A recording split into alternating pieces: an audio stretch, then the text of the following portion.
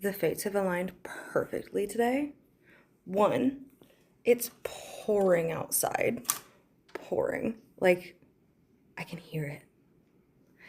Two, I'm sick. So I have to spend the entire day at home. And three, I just got a new book. I sat down to finally read, and the day just got so much better. I have a peace lily next to like my reading spot in the house.